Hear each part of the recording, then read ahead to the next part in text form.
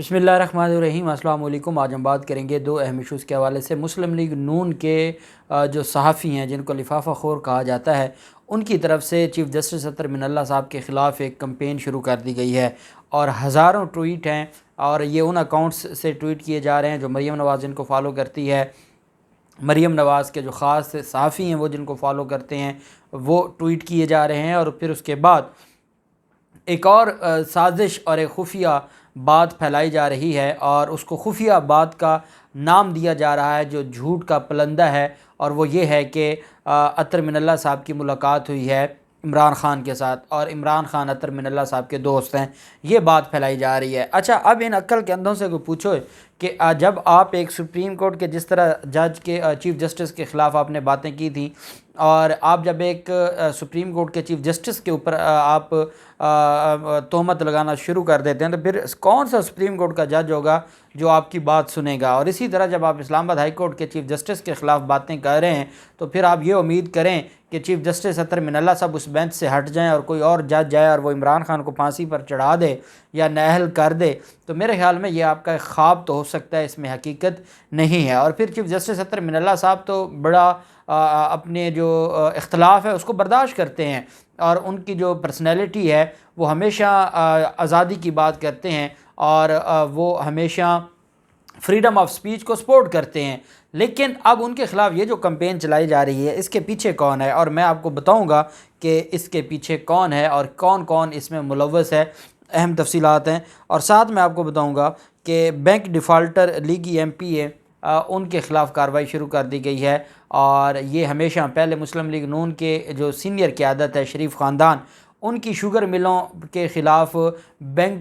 मुख्तलिफ़ बैंकों ने दरख्वास्तें दी हुई हैं। और बैंक में अगर आप बैंकिंग कोर्ट में चले जाएँ लाहौर में, तो वहाँ पर आपको सबसे ज़्यादा अगर किसी के ख़िलाफ़ केसेस होंगे तो वो शरीफ ख़ानदान और शरीफ ख़ानदान के जो शुगर मिले हैं, क्योंकि जब ये इक़्तिदार में होते हैं ये बैंकों से कर्ज़े ले लेते हैं, बाद में वो कर्ज़े वापस नहीं करते और बैंक खौफ में आके, लालच में आके हमेशा इनको कर्ज़े देते हैं और यही मुस्लिम लीग नून की क़यादत का हाल है। पहले मैं आपको बता दूं कि इस वक्त पाकिस्तान में और जो इमरान ख़ान का जो केस है, आप जानते हैं 5 रुकनी बेंच है और 5 रुकनी बेंच तौहीन अदालत का केस सुन रहा है और उनकी तरफ से इमरान ख़ान को ये कहा गया कि आप दोबारा से जो जवाब है वो जमा करवाएं। जब बात की जाती है कि जी माफ़ी मांगी और उस माफ़ी पर जब तलाल चौधरी ने माफ़ी मांगी, निहाल हाशमी ने माफ़ी मांगी, दानियाल अजीज़ ने माफ़ी मांगी, उनको मुआफ़ नहीं किया गया था बल्कि उनको सज़ा सुना दी गई थी। एक बात मैं आपको बताऊं कि जब आप माफ़ी मांगते हैं तो माफ़ी मांगने के बाद ये नहीं होता कि आपको डायरेक्ट सज़ा सुना दी जाती है, बल्कि बाकायदा फ़र्द जुर्म आयद होती है। फ़र्द जुर्म के बाद ट्रायल होता है, एविडेंस आती है और फिर उसके बाद दो ही चीज़ें, या माफ़ी मांग लें और अदालत अगर सेटिस्फाई हो जाए आपके हद तक केस ख़त्म हो जाएगा, वो सज़ा नहीं होगी, वो केस ख़त्म हो जाएगा। और अगर आपको आपका माफ़ीनामा मुस्तरद कर दिया जाए, जैसे माफ़ीनामा मुस्तरद किया गया हाल ही में इस्लामाबाद हाई कोर्ट ने जो कार्रवाई की थी बयान हल्फी साकिब निसार बयान हल्फी में राना शमीम के ख़िलाफ़ उनका बयान हल्फी मुस्तरद किया था और उनको उनके ख़िलाफ़ जो तौहीन अदालत में फ़र्द जुर्म आयद की थी और उसमें केस आगे चला था। तो ये चीज़ है कि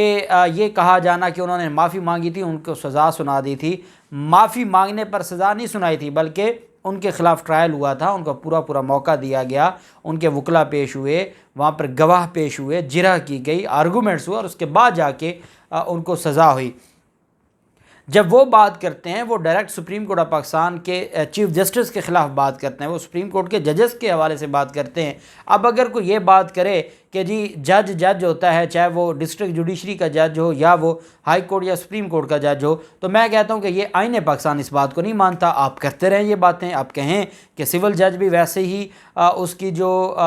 रिस्पेक्ट है या ऑनर है वो उतनी है जितनी सुप्रीम कोर्ट के जज की है। मैं कहता हूँ भाई जो आईन पाकिस्तान है वो ये बात नहीं करता। अब उसमें ना मैं कुछ कर सकता हूँ ना आप कुछ कर सकते हैं। आईन पाकिस्तान बड़ा क्लियर है। आईन पाकिस्तान में तौहीन अदालत का आर्टिकल है 204 और 204 में ये लिखा हुआ है, कोर्ट को डिफ़ाइन किया गया है पहली ही लाइन में कि कोर्ट से मुराद सुप्रीम कोर्ट या हाई कोर्ट है। अब आईन पाकिस्तान कहता है कि आइन के तहत तौहीन अदालत में, तौहीन अदालत के ज़ुमरे में जो 2 अदालतें आती हैं या जिनके जजेस आते हैं वो हाई कोर्ट है या सुप्रीम कोर्ट है। तो अब उसके बाद कोई भी आइन के साथ आर्टिकल 204 को मिला के पढ़ते हुए, जैसे इलेक्शन कमीशन ने कार्रवाइयाँ शुरू की, तो अब इलेक्शन कमीशन अगर 204 का सहारा लेके कार्रवाई करेगा वो नहीं कर सकता, क्योंकि इलेक्शन कमीशन आइन में शामिल नहीं है। इलेक्शन कमीशन बड़ा मोतबर होगा, लेकिन आइन पाकिस्तान ने नहीं उनको शामिल किया। जो हमारी जो जुडिशरी है, सिविल जजेज़ हैं या एडिशनल सेशन जजेज़ हैं, वो हमारे लिए बहुत ज़्यादा काबिल एहतराम है, लेकिन वो उनको जो हमारे आइन पाकिस्तान है उसने उस कैटेगरी में शामिल नहीं किया, और उसने उस कैटेगरी में हमारे जो आइन पाकिस्तान है उन्होंने आर्टिकल 204 में कहा कि सिर्फ सुप्रीम कोर्ट या हाई कोर्ट, ये दो अदालतें हैं जो आइन जिनको डील करता है। यही वजह है कि जब हम बात करते हैं कि आपने सुप्रीम कोर्ट के जजेस की, सुप्रीम कोर्ट के चीफ जस्टिस की तौहीन की, अब आप इस्लामाबाद हाई कोर्ट के चीफ जस्टिस की तौहीन कर रहे हैं, और आप कहते ये हैं कि इमरान खान को सज़ा नहीं मिली, फ़लाँ को सज़ा नहीं मिली। आपका कोई ऐसा मामला नहीं था, वहाँ टार्चर का मामला नहीं था, वहाँ पर किसी को बरहना करने का मामला नहीं था, वहाँ पे किसी को जिनसी तशद्दुद करने का मामला नहीं था, ये सारी चीज़ें। और इसमें जो विक्टिम है शहबाज गिल, जिसकी दरख्वास्त ज़मानत पेंडिंग पड़ी है इस्लामाबाद हाई कोर्ट में, और उम्मीद है अगले हफ्ते दरख्वास्त ज़मानत उनकी मंजूर हो जाएगी, तो वो उनका जो मामला है वो ऐसा कोई मामला नहीं था किसी को नाअहल करना। इमरान खान को आपने घर भेजा है, इमरान खान का जो असम्बली डिज़ोल्व करने का नोटिफिकेशन था आपने ख़त्म किया है, आपने सदर पाकिस्तान का जो नोटिफिकेशन था उसको मुअत्तल किया है, ख़त्म किया है, कलअदम करार दिया है, आपने डिप्टी स्पीकर की रूलिंग कलअदम करार दी है। और इमरान खान जगह जगह जलसों में जाता है और वो चीफ़ जस्टिस ऑफ पाकिस्तान को अदब के साथ कहता है कि जो ये सारा कुछ और जो अदालतें खुली गई हैं रात को, इस पर वो गिला करता है। तौहीन नहीं की उसने, और वो इस वजह से भी तौहीन नहीं कह रहा था कि मुझे क्यों निकाला या मेरा क्या मामला था। आपने हमेशा अपना इक़्तिदार छीन जाने की वजह से, अपने ख़िलाफ़ फ़ैसले आने की वजह से सुप्रीम कोर्ट और हाई कोर्ट के जजेस के ख़िलाफ़ बदज़ुबानी की है। इमरान खान को उस वक्त तकलीफ़ हुई जब वो वहाँ जाते हैं, और 19 अगस्त को जब उनको पता चलता है कि इतना तशद्दुद किया गया है, फिर उनको पता चलता है कि वो बुरी हालत में पिम्स हॉस्पिटल में ज़ेर इलाज हैं। फिर इमरान खान को ये पता चलता है कि उनके साथ जिनसी तशद्दुद किया गया है, जिस्मानी और जहनी तशद्दुद किया गया है। इमरान खान पिम्स हस्पताल में उनको मिलने आते हैं, आप उनको मिलने नहीं देते, आप वहाँ पर पुलिस खड़ी कर देते हैं। उससे अगले दिन इमरान खान रैली अनाउंस कर देते हैं, और 20 अगस्त को जब इमरान खान रैली से ख़िताब करते हैं तो इमरान खान के करीबी दोस्त जिनके साथ इतना जुल्म हुआ है, तो वहाँ इमरान खान का सब्र जवाब दे गया, और वो अल्फाज कह बैठे जो ऑनरेबल कोर्ट्स ये समझती हैं कि इमरान खान जैसे लीडर को ये बात नहीं करनी चाहिए थी। उस पर इमरान खान ने यह कहा है कि मैं अपनी बात और अपने अल्फाज वापस लेने को तैयार हूँ। अगर अदालत ये समझती है कि ये अल्फाज मुनासिब नहीं थे तो मैं अपने अल्फाज वापस लेने को तैयार हूँ। लेकिन मामला क्या है कि आप जो कुछ करते हैं, आपने honourable chief justice Umar Ata Bandial साहब के हवाले से कहा, और आपने उन पर इल्ज़ाम लगाया बेंच फिक्सिंग का, और जो 3 रुकनी बेंच बना था सुप्रीम कोर्ट ऑफ पाकिस्तान का, आपने उसके ऊपर इल्ज़ाम लगाया। अब आपने जो तूफ़ान बदतमीज़ी उठाया हुआ है, एक अम्मार मसूद इनके ख़ास साफ़ी हैं, उनकी तरफ से जस्टिस अतर मिनल्ला की इमरान खान से खुफिया मुलाकातों का इंकशाफ, खान के ख़िलाफ़ अहम सबूत मिल गए। लाडले खान को एक और रिलीफ, ख़तरनाक होने का पैगाम किसके लिए, ये वो एक थंबनेल बना के एक यूट्यूब पर वीडियो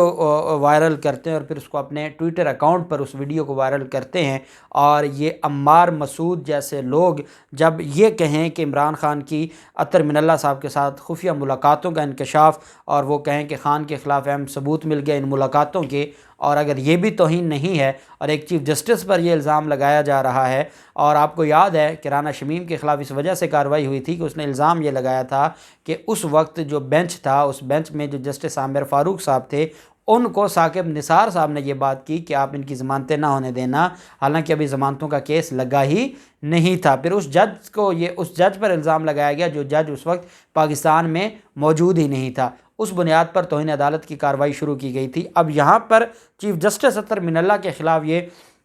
बात की जा रही है और ये कहा जा रहा है कि वो इमरान खान से उनकी खुफिया मुलाकातें, जब आप एक चीफ जस्टिस पर ये इल्ज़ाम लगाएं तो फिर तौहीन अदालत से आप बच नहीं सकते, और ये इनकी तरफ से कंपेन है। जबकि दूसरी तरफ जो इन्हीं के ख़ास आदमी हैं और वो हैं जी नजम सेठी। नजम सेठी की तरफ से ये कहा जा रहा है कि जो मुझे नजम सेठी कहते हैं, मुझे चीफ़ जस्टिस अतर मिनल्ला साहब से शदीद मायूसी हुई है। कहते हैं उनकी शायद इमरान खान से काफ़ी दोस्ती है, हामिद खान की भी दोस्तियाँ हैं, इसलिए इन्हें चीफ़ जस्टिस अतर मिनल्ला की इमरान खान के ख़िलाफ़ दोस्ती और इस चीज़ पर जो अतर मिनल्ला है उन्होंने ये सारे का सारा मैसेज दिया है, चीफ़ जस्टिस अतर मिनल्ला के ख़िलाफ़ इल्ज़ाम लगाया है। फिर हम देखते हैं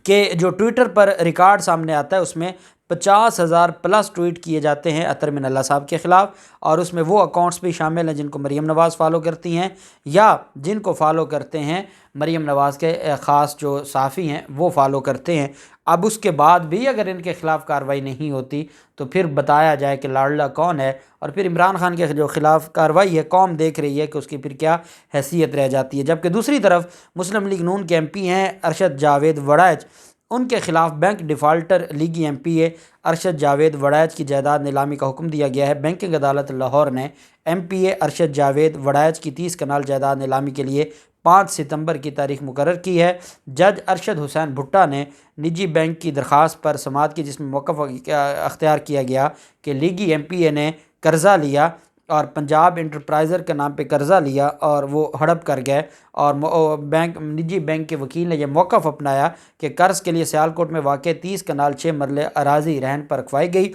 अब वो कर्ज़ नहीं दे रहे, इस वजह से अदालत ने 6 सितंबर को 2 करोड़ 13 लाख रुपए की रिकवरी थी और उसमें उनकी 30 कनाल अराज़ी को नीलाम करने का हुक्म जारी कर दिया अदालत ने, और इनके ख़िलाफ़ इनका यही हल है। अब देखते हैं 6 सितंबर को इनकी जो जायदाद नीलामी का प्रोसेस है वो कैसे आगे चलता है। जो भी तफसीलात होंगी आपके साथ शेयर करते रहेंगे। अल्लाह पाक पाकिस्तान कामयाब नासिर हो। बहुत शुक्रिया। अल्लाह हाफिज़। पाकिस्तान जिंदाबाद।